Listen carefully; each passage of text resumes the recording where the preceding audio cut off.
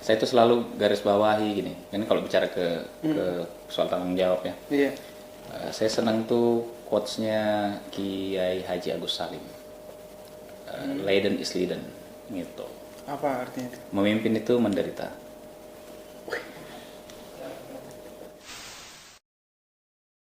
Enggak sensitif sih enggak. Cuman saya enggak terlalu nyambung. Makanya saya tuh kalau urus politik itu saya nggak pernah bergabung sama. Pernah nggak lihat saya di warkop bahas politik? Nggak pernah kan? Passionku bukan di sana. Saya ini orang entertain.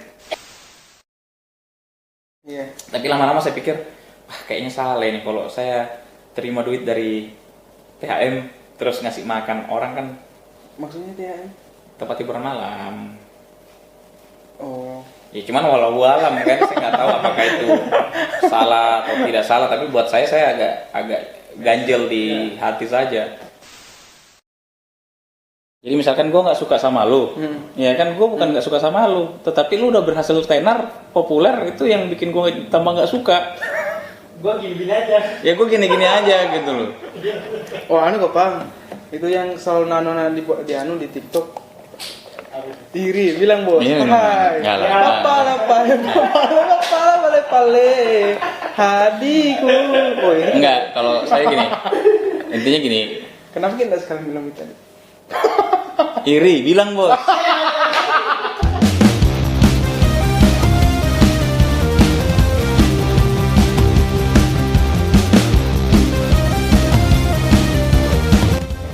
Hey, assalamualaikum. Jumpa lagi dengan saya Akmal Maksimal YouTube channel. Hari ini saya podcast dengan saudara yang saya takutkan sebenarnya. Saudara apa? Takut gak sebenarnya? Takut kenapa? Ya mau saudara, lanjutkan bro. Saudara siapa? Saudara siapa? Saudara Pak D. Saudara Pak D. Sudah Akrab dipanggil Pak D. ya mantap, itu yang tepat panggil Pak D. Akrab dipanggil Pak D. Cuman memang kalau ketemu sama orang-orang yang kayak apa lah, auranya beda biasanya. Karena terakhir podcast kak sama siapa nih yang live misteri lu, tegang kak juga itu sekarang. Tegang kak juga tuh keras karena apa lah, banyak orang liai. Mungkin saya merasa down kak jadi. Jangan bro. Iya. Subscriber lo sama subscriber gua beda tipis. Tapi kan banyak kan gitu tuh. Kalau bahasa Jakarta kak juga. Campur-campur. Campur Pak. Iya. Oh jadi sebenarnya bisa mikir bahasa lo ya, bahasa gini. Kalau bahasa lu-nya enggak terlalu. Enggak terlalu. Tapi kalau orang ngomong saya ngerti. Oh ngerti. Nah, Bahasa tapi, lu? Logat lu menggunakan bahasa Indonesia kayak begini bisa. Kayak begini bisanya. Pak Denny YouTuber juga. Baru. Mana duluan Ki? Duluan Ki. Duluan. Tapi langsung baik subscriber kita, Pak. Udah ngedenger mungkin bikin podcast nih, Pak. Apa maksudnya nih? Mungkin saya baru deh. Liwa begitu, Pak. Mungkin nasi ini, Pak. Udah kemarin ada unboxing paket. Sebenarnya lebih banyak orang kreatif di Luwu, lebih bagus. Karena justru orang-orang kreatif itu saya lihat di sini tuh masih kurang banyak. Orang yang punya inisiatif itu masih kurang banyak. Mereka itu lebih cenderung ya, orientasinya kalau dia lihat menguntungkan buat dia ataupun misalkan lihat langsung baru mau nak kerja. Ada pihak kentar hasilnya kapan? Ya ada ya kira-kira begitu. Ada hasilnya baru ada hasilnya baru jalan. Nah, yang susah itu orang yang mau memulai. Gitu. Jadi ya memulai dulu. Oke. Sebelum itu ada endorse kan? Ada endorse dari Jusingga. Jusingga ini jusnya Aji Sangga. Jusingga ini jusnya Aji Sangga. Sehat, ini rasa alpukat. Ini 100% buah asli. Ya. Ini ada di Jalan Makmur Pasar Lama kan? Oh, ini bagus nih. Nih ada ininya. Ya, bisa bahasa daerahnya. Manremaneng ki buah-buahan nama Gelo Maneng Ale-Aleta. Bisa jadi kepala. Gitu. Tapi artinya saya nggak tahu. Apa artinya Fit? Cuma Tidak tahu juga saya. Makan semua tuh buah-buahan biar sehat berantak. Oh ya. Minum gimana? Iya. Dikocok dulu Le. Iya. Oke. Nah, ini salah satu produk yang mensponsori video ini, jadi terima kasih ya. Bukan sponsor. Ini salah satu produk lokal Produk lokal. anak muda di Kabupaten Lu. Oh iya. Terima kasih. Minum, Ki. Bismillahirrahmanirrahim. Wih. Nah, gila Kak. Tumpah kali. Tumpah kan biar. Enak bro. Beli Ki, jangan lupa hubungi WA-nya. IG-nya follow. Harganya berapa? Cuma 12.000 kan? Cuma 12.000. IG-nya di mana? Juicy enggak? Juicing enggak IG-nya? Nanti follow IG-nya. Follow nanti IG-nya di Juicing enggak? Jus Haji Sangga. Mantap. 100% buah asli. Juicing juga ada ini apa? Koalisi dengan apa tadi namanya? Fix apa? Fix. Trafix. Jadi teman-teman bisa Koalisi. Tidak ada yang kata lain. Apa? Kenapa ada koalisi? apa Le? Kolaborasi. Oh, kolaborasi. biar apa Le? Kolaborasi. Kolaborasi dengan apa nih? Dengan brand Trafix. Brand Trafix. Salah satu produknya. Ini cuman dijual di Instagram, belum ada Belum tokonya. Ya, Tapi ada yang di Chambers masuk. sudah masuk Chambers ya. Makassar. Ya mungkin lebih ke Instagram. Ya. Jadi kalau misalkan teman-teman pengen beli, coba nyari di IG namanya Trafix. Trafix. Trafix. Jangan Ada lupa juga follow IG-nya, nanti ada WA-nya, hubungi kalau mau pesan. pesan. Siap. Ya. Pak Ade juga siapa tahu mau pesan. Ini bahannya bagus. Bahannya apa, Fit? Komplit 30 sama plastik. Oh iya. Oke, siap mantap. Ada juga begini kan? Enggak ada. Mana ada yang nah, kemarin itu di Berampingnya kuliahnya. Foto tak besar-besar di situ. Apa maksudnya kan jual baju juga? Ya ke saya jualan.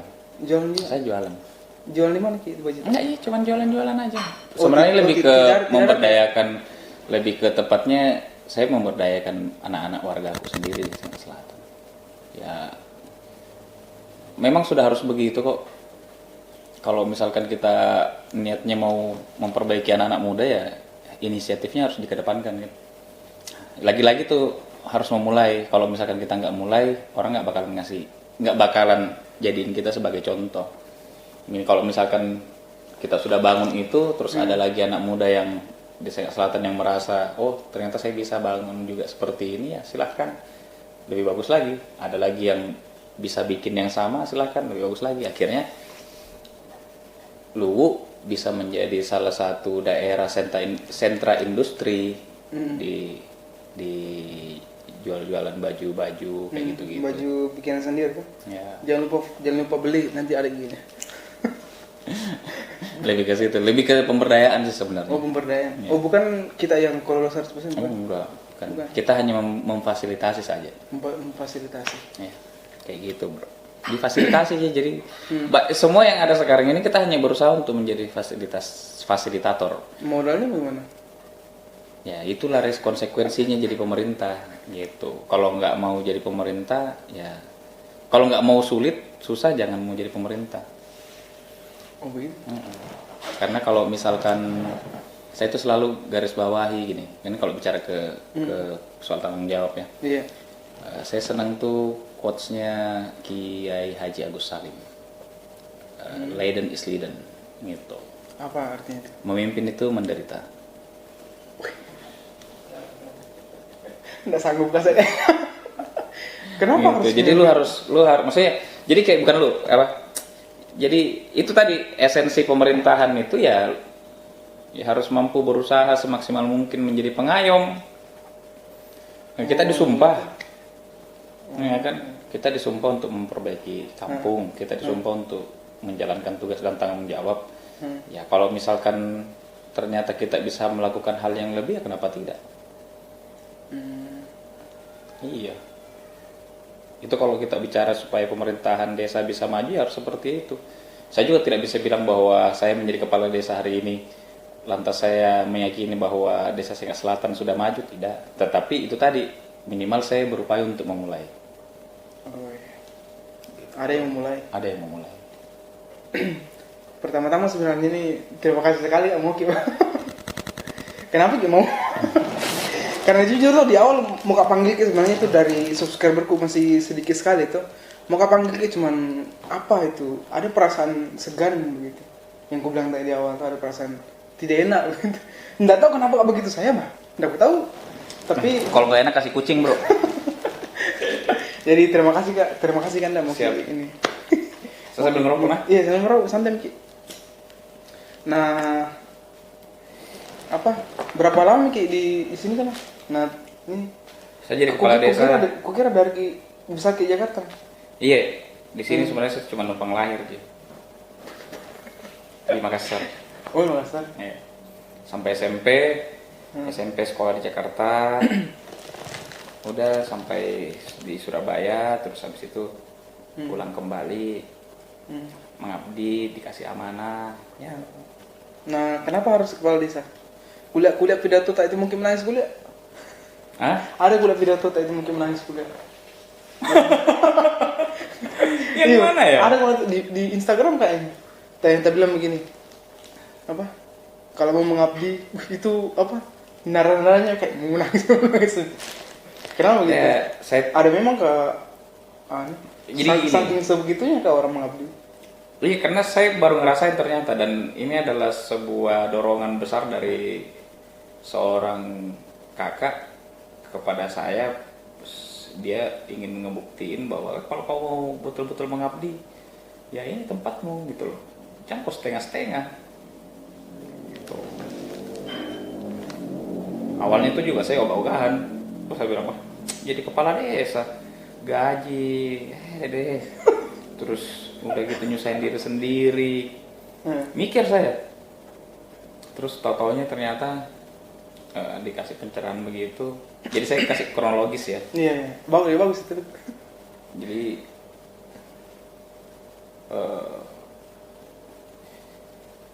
yang kasih begini saya sampai menjadi kepala desa itu saya punya kakak.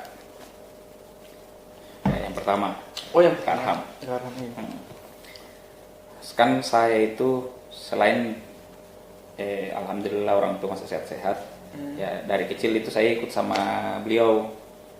Ibarat kata selain sebagai adik, saya juga inilah jadi anak didik lah di bagaimana caranya mengabdi, bagaimana caranya ini, bagaimana caranya mengayomi, bagaimana caranya memperlakukan orang, bagaimana caranya, pokoknya semua hal-hal yang positif itu semua saya belajar dari beliau. Nah, singkat cerita, karena saya kan dulu rusak sekali. Apa maksudnya? Pokoknya rusak sekali. Rusak sekali. Ya, tidak juga bilang gimana, sedikit-sedikit bikin kasih pusing kepalanya Orang tua. Bahaya. Toh, udah gitu yang nolongin terus itu saya punya kakak. Karham kan? Sampai geleng-geleng. Kau ini, kau mau jadi apa? Udahlah, tapi waktu itu saya masih nikmati. Tetapi seiring berjalannya waktu, ya, kakak juga yang dorong saya kasih support berorganisasi. Terus kemudian ada peluang, tiba-tiba pasca selesai pilkada, orang tua jadi bupati, ikut maju jadi caleg awalnya. Oh iya caleg. Jadi caleg di sana di wilayah 2. Di mana tuh wilayah 2 kan ada? Di Larompong Selatan, Suli Barat. Jadi caleg di sana, sudah gitu ternyata kalah. Iya. Kalah. Nah, saya sempat tanya sama kakak, bagaimana ini deh? Malu muka. Terus Ya, malu muka. Memang kakak tidak, Karham.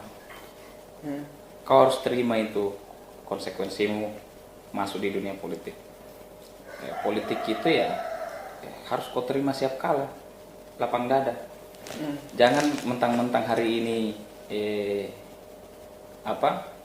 orang tua dikasih amanah kembali memimpin, lantas mau menggunakan jabatan itu seenak-enaknya untuk supaya kau bisa terpilih menjadi anggota dewan misalkan. Udahlah, terima aja itu. Gitu. Oh iya, jadi saya ikut. Saya alhamdulillah legowo. Singkat cerita, saya balik ke itu di Makassar ya. Terus saya balik ke Luwu. Berserang berapa lama kemudian, tiba-tiba dikasih tahu, sini dulu pulang. Dipanggil, dikasih tahu. Nah begini, bagus kayaknya kalau jadi kepala desa kok. Di sini Tommy dilihat toh, kalau kamu betul-betul mengabdi, ini tempatmu. Jangan kau setengah-setengah. Itu mengabdi itu bukan soal pilih-pilih tempat. Tidak harus punya jabatan besar lantas kita bisa berguna untuk orang banyak. Tetapi bisa saja kau jadi kepala desa justru kau punya manfaat untuk keluarga. Nah, dengan begitu kau bisa bantu saya urusi keluarga. Gitu. Jadi sebenarnya saya menjalankan amanah sebagai kepala desa itu ya diberikan oleh seorang kakak untuk bantu bagaimana caranya supaya keluarga di Sengak Selatan ini bisa, insya Allah bisa terayomi dengan baik kayak gitu-gitu. Tapi saya pastikan kembali lagi menghadap, saya bilang bagaimana ini? Di sini nih, dibilang di sini nih kau buktikan kalau kau mau mengabdi. Dan ini juga kau bisa bantu saya, kau bisa bantu Opu, Eta urus keluarga di dalam. Gitu. Terus akhirnya saya sowan sama ibu saya bilang, oh iya nak, bismillah nih, bagus itu. Gitu. Tapi masih berat. Terus akhirnya saya menghadap ke bapak saya. Saya bilang ini harus komplit, ini harus tuntas. Toh jadi saya menghadap ke bapak. Bapak juga bilang, bismillah nih nak, insyaallah kalau niat bagus toh. Gitu. Singkat cerita, ya udah maju kontestasi pilkades. Ternyata dikasih amanah, terpilih menjadi kepala desa. Dan sampai sekarang ini, dan bulan pertama waktu setelah saya dilantik masih ada rasa ego.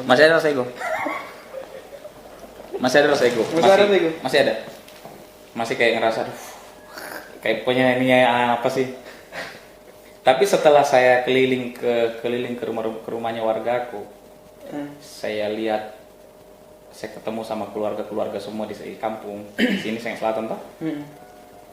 Saya ketemu sama ada wargaku yang anaknya kena penyakit hidrosefalus, ada beberapa anak misalkan yang kena yang cenderung kekurangan gizi dan seterusnya kan.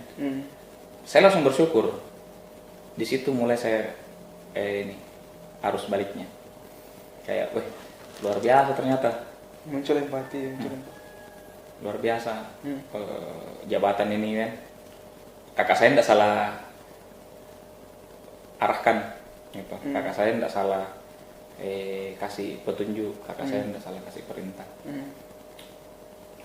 Ya, di situ saya bersyukur jadi kepala desa. Jadi setelah itu saya langsung berpikir, kira-kira apa yang bisa saya lakukan di sini kampung, di sini Sengak Selatan toh, di Sengak Selatan. Udah, intinya saya kerja. Saya hanya meyakini bahwa anggaran itu adalah uang negara, jadi saya harus keluarkan, tidak boleh pelit, karena sudah memang ada peruntukannya. Saya harus beri contoh kepada teman-teman kepala desa dalam mengelola anggaran. Saya harus memperlihatkan bagaimana melaksanakan pemerintahan desa yang profesional, gitu, transparan. Terus kemudian bagaimana menjalankan pemerintahan. Ya, tidak ada pemerintahan yang sempurna, intinya gitu. Tetapi berupaya maksimal, seperti nama lu, Akmal maksimal. Ya kan? Berupaya maksimal itu harus. Jadi kadar kemampuannya kita tidak bisa sama ratakan dengan orang lain. Ya, saya bekerja sesuai dengan kadar kemampuan saya. Apa yang saya bisa lakukan hari ini, ya saya lakukan gitu. Saya nggak pikir itu bilang bagaimana, karena saya sudah tahu, oh ini anggaran jelas kok, peruntukannya jelas kok. Kenapa saya harus pusing kasih keluar? Jadi tidak apa-apa jika keluar uang untuk satu keluarga dibantu gitu. Oh enggak, maksud saya. Oh, enggak begitu. Maksud saya kan biasa banyak itu perencanaan. Di sini kan saya belajar. Akhirnya dalam 1 tahun saya menjadi kepala desa itu kan saya banyak belajar. Saya selalu memposisikan diriku, oh ternyata kalau saya jadi kepala desa pada umumnya, yang harus saya lakukan sebagai kepala desa tuh ini. Sehingga itu bisa menjadi tolak ukur teman-teman kepala desa yang lain di luar sana. Apa istilahnya ya, kayak mengajak teman-teman kepala desa berjalan di jalan yang ihdinas siratal mustaqim. Jalan yang seharusnya. Jalan yang seharusnya. Jadi salah satu amanah juga yang disampaikan ke saya sama kakak saya itu, Kak Arham, kau jalankan pemerintahan dengan baik, fokus kau di desa. Yang kedua, kau berikan contoh kepada teman-teman kepala desa yang lain, bagaimana caranya mengelola pemerintahan desa yang ideal, supaya ada tolak ukurnya nanti besok-besok ada kepala desa berikutnya siapapun itu apa segala macam, sudah ada tolak ukurnya bahwa membangun tuh kayak begini gitu. Dan ya begini sampai sekarang. Kemarin di awal Kojiki podcast ini Hafid bilang jangan bahas politik. Kenapa kita tidak mau bahas politik? Nah, sedangkan saya tahu orang politik. Saya dapat jabatan politik. Oh begitu. Gitu. Tapi saya bukan politisi. Bukan politisi. Passionku bukan politisi. Apakah sesensitif itu politik kalau dibahas? Enggak, sensitif sih enggak. Cuman saya enggak terlalu nyambung. Makanya saya tuh kalau urus politik itu saya enggak pernah bergabung sama. Pernah enggak lihat saya di warkop bahas politik? Enggak pernah kan? Passionku bukan di sana. Saya ini orang entertain. Nah, saya menjalankan pemerintahan desa itu berdasarkan dengan pengalaman entertainku. Ya, keren kan? Waktu DJ kemarin? Iya.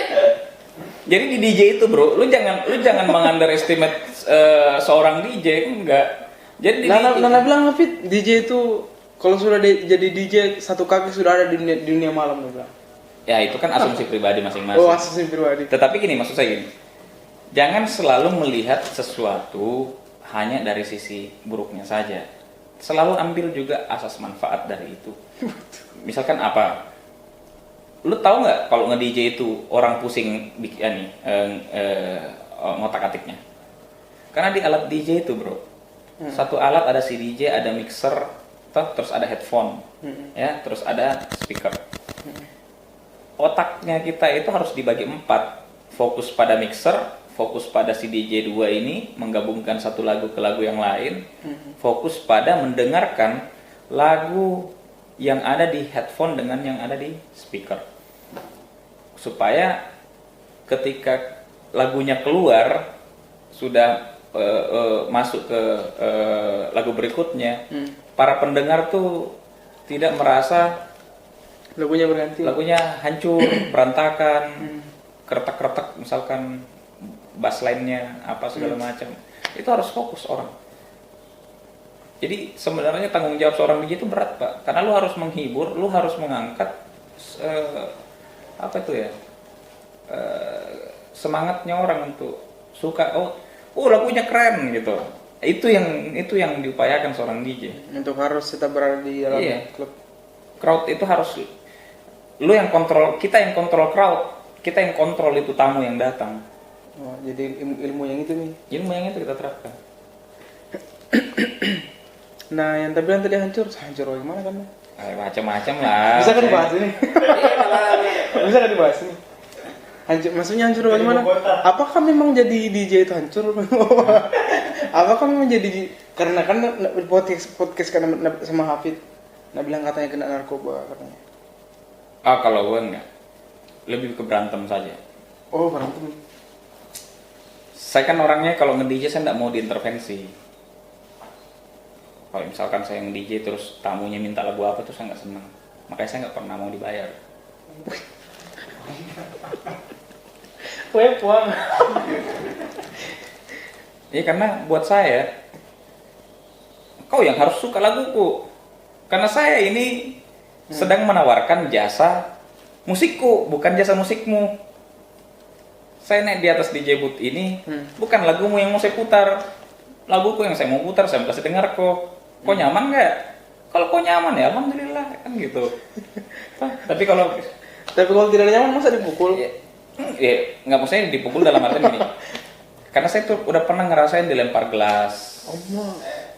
Terus ke? Iya. Di atas panggung Di atas panggung sebentar lagi gara-gara, tapi emang salah aku sih gara-gara lagunya kerepak-kerepak. Oh. Bahaya Pak. Iya. Gara-gara perpindahan lagu ada kerepak-kerepak gelas melayang. Oh iya, orang bahaya apa? Ini semua. Bahaya sekali. Gitu, terus kerepak-kerepak yang nge-DJ. Terus apa namanya?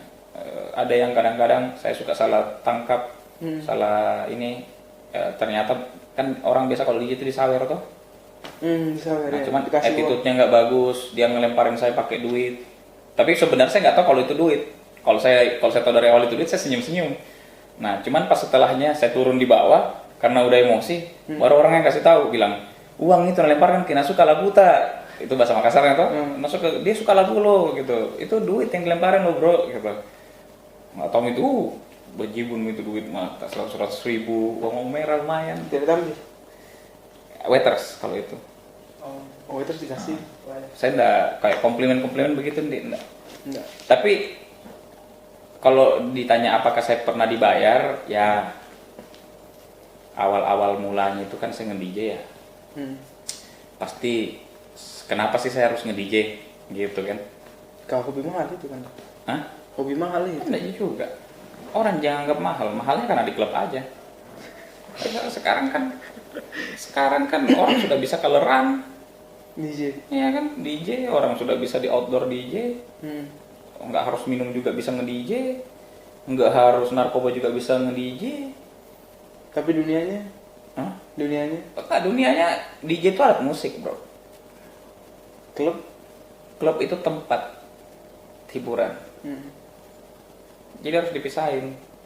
Klub itu THM. DJ itu profesi memainkan alat musik.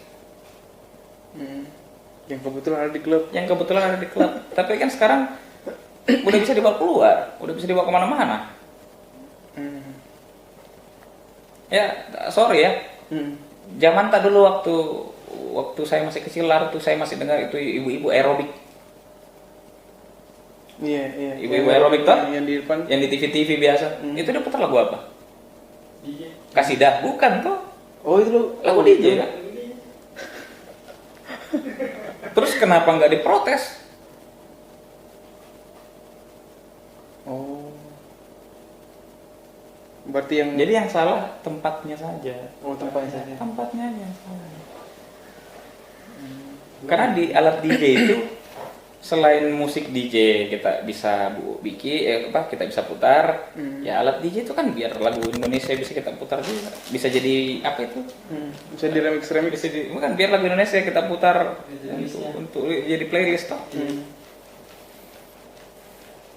Tapi berhenti jadi DJ. Karena apa itu, Mas? Berhenti jadi DJ sih enggak, cuman saya lebih ke alihkan hanya sebagai hobi saja. Hobi sih bukan untuk cari hobi saja. Makanya saya bilang kalau dulu saya menjadi DJ itu masih dibayar. Saya masih ngerasain tuh jadi DJ dibayar 50.000 40 menit. Habis itu karena sudah mulai agak sedikit bagus jam terbang, naik 150.000 1 jam, naik 200.000 1 jam, naik 300.000 1 jam. Pengalaman juga jam terbang juga semakin bagus, naik jadi 500. Terakhir saya main di Ancol Beach City waktu baru buka, diundang sama teman sahabat di sana. Itu dibayar main 4 jam tuh 15 juta tahun 2012. Sudah plus komplimen, sudah plus semua. Tapi kan kalau yang begitu kan kita bawa bawa teman. Jadi komplimennya itu kasih ke teman. Komplimen dikasih ke teman. Jadi kayak, nah setelah itu saya nggak mau lagi, nggak mau dibayar. Setelah tahun 2012 itu saya nggak mau dibayar. Kenapa? Nah, saya berpikir gini. 3 juta dapat polisi. Waktu itu gue tinggal sama adekku. Soalnya saya tinggal sama adekku. Perempuan 2 tuh belum menikah. Biasa kalau misalkan lagi ada rezeki sedikit, walaupun sedikit, Saya dikasih kok dulu. Iya. Tapi lama-lama saya pikir, kayaknya salah nih kalau saya terima duit dari THM terus ngasih makan orang kan. Maksudnya THM? Tempat hiburan malam. Oh. Ya cuman walau alam kan, saya nggak tahu apakah itu salah atau tidak salah. Tapi buat saya agak ganjel di hati saja, gitu. Jadi saya bilang, udahlah. Tidak mungkin dibayar. Nah, dia mau kebayar kak, toh. Tapi saya minta sama kita apa itu, bro, saya mau main laguku, gitu. Oh apakah genre tak trance? Oh iya, oke. Enak itu. Dia ingin udah dibayar Miki. Iya. Dan itu saya nikmati kok. Saya nikmati karena sebenarnya begini. Kalau ada pekerjaan, tapi DJ itu kan bukan pekerjaan tetap. Cuman ketika itu menjadi hobi jangan ditinggalkan. Karena itu adalah salah satu penyemangat nih kita dalam bekerja, melaksanakan kegiatan sehari-hari. Sekarang saya jadi kepala desa, ya sometimes sekarang kalau lagi suntuk nge-DJ, habis itu enak lagi udah itu misalkan istirahat kayak gitu-gitu kan. Hobi. Ya. Sama aja dibilang kalau selingan pergi main futsal kayak gitu. Ya Hobinya kayak gitu kan. ya, hobi. Yang penting ada, Tetap. yang penting tersalurkan. Tersalurkan. Karena sebenarnya musik itu buat saya imajinasi. Musik itu imajinasi. Saya punya jalur cerita sendiri dalam genreku gitu, misalkan aliran musikku. Jadi setiap lagu yang saya mainkan itu selalu ada ceritanya. Ya kalau saya lagi galau, saya main itu ada instrumen galaunya yang saya putar. Kalau saya lagi senang, saya main itu ada instrumen happy-nya saya putar. Ada story-nya. Ya ada, semuanya ada story-nya. Jadi kita main musik bukan asal main musik saja. Ya masing-masing punya hobi kan, kayak misalkan Hafid kemarin dia lebih prefer main musiknya misalkan semuanya komersil. Ya komersil itu umum, komersil itu dalam artian permintaan orang. Apa yang mana ramenya. Kalau lagi hits ini itu yang dimainin, kalau lagi hits itu yang dimainin. Terus lebih ke dia itu lebih ke kompetisi. Hafid lebih kompetisi. Tapi yang bilang Hafid itu yang dia resahkan itu masalah cewek-cewek katanya. Itu persoalan kontrol saja, bro. Tapi sebenarnya kalau misalkan mau jadi DJ itu sebenarnya gagal loh. Oh iya pasti. Nah kuliah kayak juga memang. Harus memang lah ya. Gagal memang kalau DJ. Tidak, maksudnya langsung merasa gagal. Oh gitu. Iya. Oh gagal mungkin. Apa? Dia bilang gini Hafid. Tidak bisa kalah itu perempuan kalau dunia disc jockey. Selesai ngupil ya. Hah? Ngupil.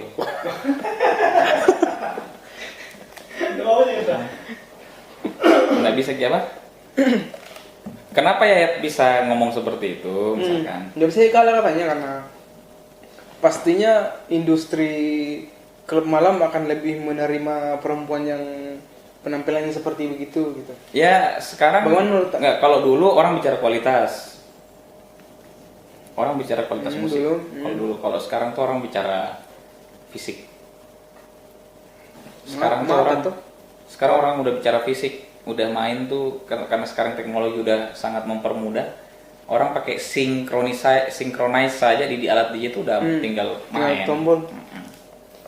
Jadi rata-rata pasti talentnya atau artisnya itu dicari yang good looking, hanya untuk meramaikan tempat hiburan itu sendiri.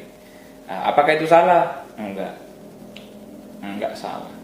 Enggak. Karena kita yang harus menyesuaikan sama zamannya. Zamannya Tom itu orang begitu. Jadi kita jangan merasa kecewa dengan kondisi seperti itu. Dan akan begitu terus. Masih ada teman-teman tak yang masih di dunia itu, masih ada. Saya kan masih dalam satu label yang namanya Rumah DJ. Oh yang bilang Hafid itu Rumah DJ. Masih ada yang berkecimpung sampai hari ini. Masih. Apa Mina bilang jadi kepala desa? Mereka ketawain saya. Serius? Bagaimana beda ketawanya apa namanya? Gila lo. dari mana ke mana katanya nih. Awalnya nge-DJ Dari mana ke mana? Dari mana ke mana? Dari mana ke mana nih gitu. Awalnya nge-DJ kok jadi tiba-tiba jadi kepala desa. Lu mau sehat nggak? Gitu. Tapi ya buat saya sekarang apa yang mereka senangin ya cukup mereka yang senangin. Saya sekarang senangnya jadi kepala desa ya saya. Tapi kan bilang orang begini kan dah. Merdeka itu ketika bekerja dengan hobi yang Menghasilkan. Bagaimana menurut itu? Kalau saya gini ya, kadang juga kalau kita berpikir hanya sekedar hobi saja, hobi menghasilkan, tetapi hobi yang negatif sekalipun itu menghasilkan jelek juga. Iya, jelek juga. Iya. Kalau saya sih lebih ya bekerja yang pertama sesuai dengan kemampuan, yang kedua ya itu berani mengambil resiko. Maksud tak bilang negatif, berarti negatif jadi? Enggak. Ya negatif ketika gua main di klub, ya negatif saya harus bilang itu. Harus, tidak bisa memang. Iya, apalagi soal perasaan tadi bahwa berpenghasilan dari dunia malam. Iya. Ada perasaan itu. Ada perasaan itu. Saya harus bilang bahwa ketika saya tetap nyari duit dengan kondisi misalkan saya kepala desa nih, terus saya nyari duit jadi di klub malam, ya itu negatif tuh. Terserah nanti teman-teman yang nonton ini argumentasinya gimana ya, tetapi buat saya itu gitu negatif gitu. Karena kita mau ngasih orang contoh yang baik itu saja. Tidak pernah ada usaha tak untuk kasih tahu teman-temannya atau bagaimana? Enggak. Atau mungkin ini atau mungkin ini cuma pendapat pribadi yang kayaknya menurutku saya begini sih. Ya semua orang punya pendapat masing-masing. Saya tidak bisa menggurui orang. Saya nggak bisa menggurui bapak misalkan. Oh kenapa harus begini model podcastnya? Ya passionnya Akmal dalam melaksanakan kegiatan podcast memang begini ya udah. Kita harus ikuti arusnya. Makanya kan dari awal saya udah bilang udah diikuti. Jangan merasa tertekan, jangan merasa terpenjara itu apa yang kita mau tanyakan apa segala macam karena di sini sebenarnya ekspresi yang kita mau lihat toh spontanitas apa segala macam. Oh, iya. Kan anime saya itu DJ itu. Pokoknya inilah dunia yang tak tinggalkan karena ada perasaan unfaedah dunia unfaedah. Terserah nanti orang mau terserah lu mau ngomong apa gitu loh. Terserah iya, tetapi jadi hobi yang ada masalah. Oh iya, jadi hobi gak ada masalah. Terus tadi masalah ini kan podcast bagaimana menurut wah ada betul apa podcast tapi kukira saya bercanda aja kita siapa? Kukira bercanda kita tadi mau bikin podcast ada betul pak? Siapa bilang Iki? Kita bilang kan kita bertanya pasti ada sumbernya. Siapa bilang Iki? Anunya tadi kulihatkan di ini apa? Di mana? Di unboxing kan ada bacanya tuh unboxing alat podcast mati aja. Kan aku follow Instagram tuh kulihat. Oh. Wah sudah. Konten apa? Ini senji, nggak ada Ji. Tenang Maki. Dia Maki khawatir. Berubah mau. Apa? Bagaimana kalian lihat anunya konten kreatornya ini, apalagi soal anak-anak yang kreatif di Wilopa ini. Apalagi kan kita ada YouTube tak, gitu. Kenapa kita harus menjadi apa? Kenapa harus bikin podcast? Cuman ini aja. Sepertinya saya juga butuh pembendaharaan kata yang lebih banyak. Berinteraksi sama orang itu kan justru menambah ilmu gitu. Oh iya. Iya, buat saya itu bagian daripada berinteraksi dan sekaligus silaturahim gitu aja. Enggak. Sambil kita bisa tahu oh ini anak potensi di ada kreativitasnya yang dia bisa dia bisa miliki yang dia miliki. Terus kemudian oh ini anak open minded, oh ini anak out of the box, oh ini anak mau berbuat. Tinggal kita mau direct kemana potensimu. Oh, jadi kalau begitu banyak juga anak muda kreatif tetapi tidak berpikir bagaimana membesarkan kabupaten sendiri itu kacau itu. Cuma. Oh jadi dasarnya bikin ke podcast mau silaturahmi begitu. Nah, ini cuma tanya-tanya saja. Kalau silaturahmi kan biar bertamu. Ini kan silaturahmi. Gitu Iya. loh. Karena saya menurutku tuh kayaknya kalau bukan podcast nggak ketemu kayak. Nggak, kita ketemu kok di Barambing. Oh iya. Anunya aku bilang apa? Pas lu mau ngelawak, terus lu chat gua, kita nonton di Kanda. Ih, saya bilang pedenya ini orang nanya. Kau kira tuh nonton enggak? Nah, Bapak sibuk ya di panitia kina. Karena memang merasa bahwa podcast ini yang membuka jalan untuk banyak teman, terutama kita sama Kanda Hadi sama Hafid. Kalau gua enggak podcast enggak ketemu sama Hafid. Karena kan kulitku cari orang-orang yang betul-betul eksis di dunia yang dia suka begitu. Nah itu nih aku cari-cari, ketemu sama Hafid, ketemu juga sama kita. Nah, lu kenapa tiba-tiba kepikiran pengen podcast? Tidak ada konten lain. Jujur karena dari semua konten yang mau dibikin Kanda, ini yang paling gampang. Iya, paling gampang editnya. Paling gampang editnya. Karena kan pertama yang kupikir itu pertama tidak mau kasusah, simple toh, baru konsisten bikinnya, konsisten juga uploadnya gitu. Apa itu kira-kira kupikir podcast mode. Walaupun ku bilang malu-malu sebenarnya begini. Cuman memang Saya juga malu-malu sampai sekarang, masih malu demi Allah. Iya. Saya sampai sekarang masih malu-malu. Cuman semakin kesini tuh semakin Menikmati. kurasa bahwa enaknya betul cerita, enak sekali cerita begini. Ada sesuatu yang Enak sekali cerita begini. betul kan? Enak. Kenapa mama kok kau? Kalau di buah, enda sangat buti. Kalau di Palopo, gambok kok. Enak sekali cerita begini kan? Kalau di Bajo, iya lagi. Ya kan? Gak maksud. Oh enggak. Enggak ingat. Langsung rooming. Begitu kan enak cerita begini karena kalau cerita kan sama teman gitu seperti ada perasaan bahwa bagus ceritanya ini, bagaimana kalau cerita ini saya masuk ke kamera kayak gitu dulu begitu kupikir dulu gitu dan itu imajinasi dan kesampaian dari imajinasi jauh begitu kan. Siap. Dan ada semuanya pertanyaan yang pertanyaan yang ini yang Pertanyaan kuncian. bukan kuncian. Oh. Pertanyaan pertanyaan ya orang-orang mau tahu lah bagaimana rasanya jadi anak bupati. Oh. Rasanya jadi anak bupati adalah seperti masyarakat pada umumnya.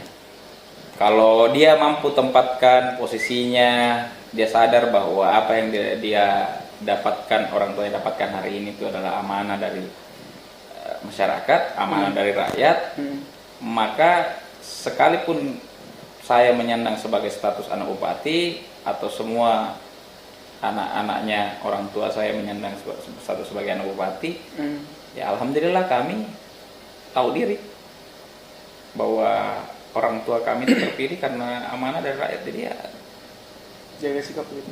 bukan jaga sikap ya, kita tahu diri lah. Jadi dan kita udah pernah ngerasain jadi anak bupati sebelumnya kok. Jadi tidak ada yang luar biasa. Nggak ada yang luar biasa. Cuman ya kita sadar bahwa kita hanya sedang kekurangan waktu saja untuk berkumpul dengan keluarga. Itu aja. Bupati itu anak kandungnya siapa? Anak kandungnya masyarakat, anak kandungnya rakyat, lu. Anak kandungnya ya masyarakat lu gitu loh. Ketika berbicara bupati, saya pun tidak punya hak untuk meminta atau berharap lebih dari seorang bupati, karena dia miliknya orang banyak, bukan milik saya atau milik saudara-saudara saya atau milik siapapun itu. Jadi kalau ada orang yang kayak begitu over kan, bagaimana? Saya cuma nggak usah begitulah. Sampai pengalaman beda dulu pengalaman. Ada yang pernah orang kayak bagaimana? Kan aja tabe. Oh gitu. Iya. Tabe kan.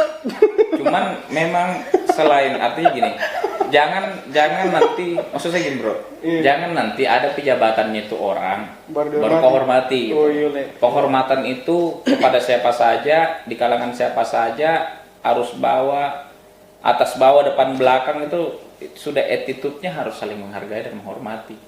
Sudah begitu itunya dalam menjalin hubungan sesama manusia. Jadi sebenarnya Jadi nggak seharusnya perlu lah bagaimana sekali, ya biasa aja. Ada yang pernah tegur? Hah? Ada yang pernah tegur? Kalau tegur, kalau dia kan begini biasanya gitu. Biasanya kan ada yang jawab dia. Nah kalau kita senang juga, yang larang Ki. Kalau kami senang, Ada yang pernah bilang gitu? ayah. Berarti memang rasa respectnya memang seperti itu Memang seperti itu orang-orang itu. Gitu. cuman saya kadang lihatnya, lebihnya ini. Bawaan menurut Kak? Enggak. Jadi gini tau lah. Terlepas dari bahwa tadi yang kita sampaikan itu bahwa orang harus hormat ketika ada jabatan yang ada orang lain yang mendapatkan jabatan, lantas orang harus hormat kepada dia, tidak seperti itu. Oh, iya. Memang lu pada prinsipnya Orang-orang yang syarat dengan masyarakat yang saling menghormatinya itu beradatnya itu tinggi, kental dengan adat istiadat, kental dengan saling menghormati, kental dengan saling saling menghargai dan sebagainya, kayak gitu. Jadi nggak kaget kita ketika misalkan saya ketemu, oh iya tapi Di, Oh iya. Oh, gitu. Wih. Saya pun juga, oh iya Di, sini Di, gitu. Begitu sih. Sudah kita diajarin dari kecil begitu kok. Nggak perlu bagaimana sekali. Nggak perlu memang sekali. Iya, santai saja. Ya, santai saja kalau ketemu. Santai saja. Jangan bagaimana sekali.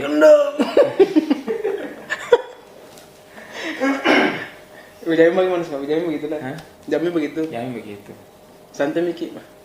Ya saya tambahkan sedikit. Iya.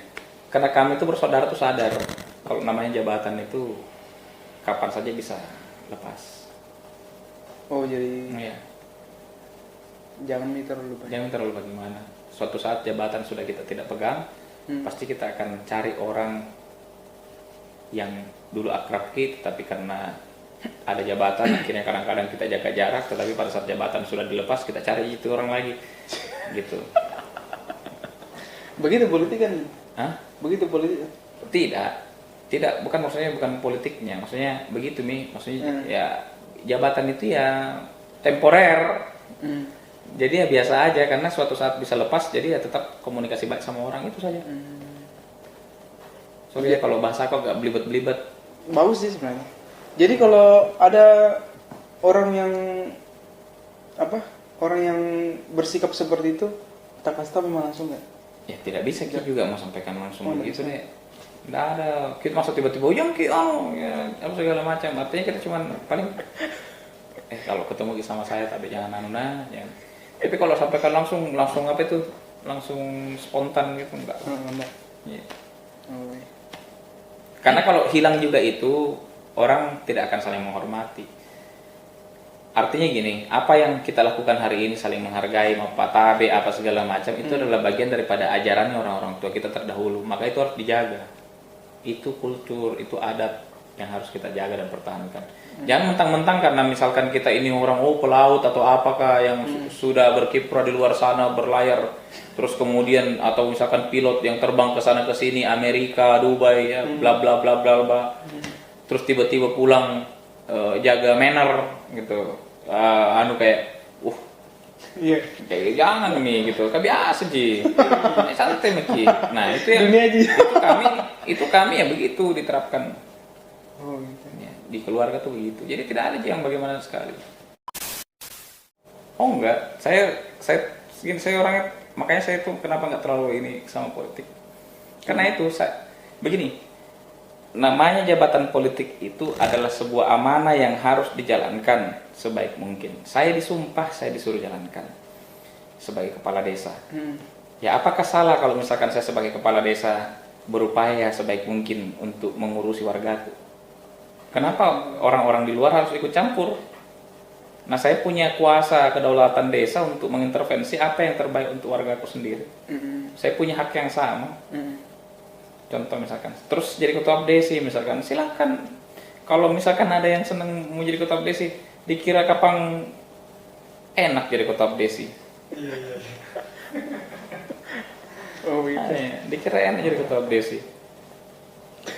Udah nggak dibayar, ya kan, nggak digaji, capek ngurusin ini itu.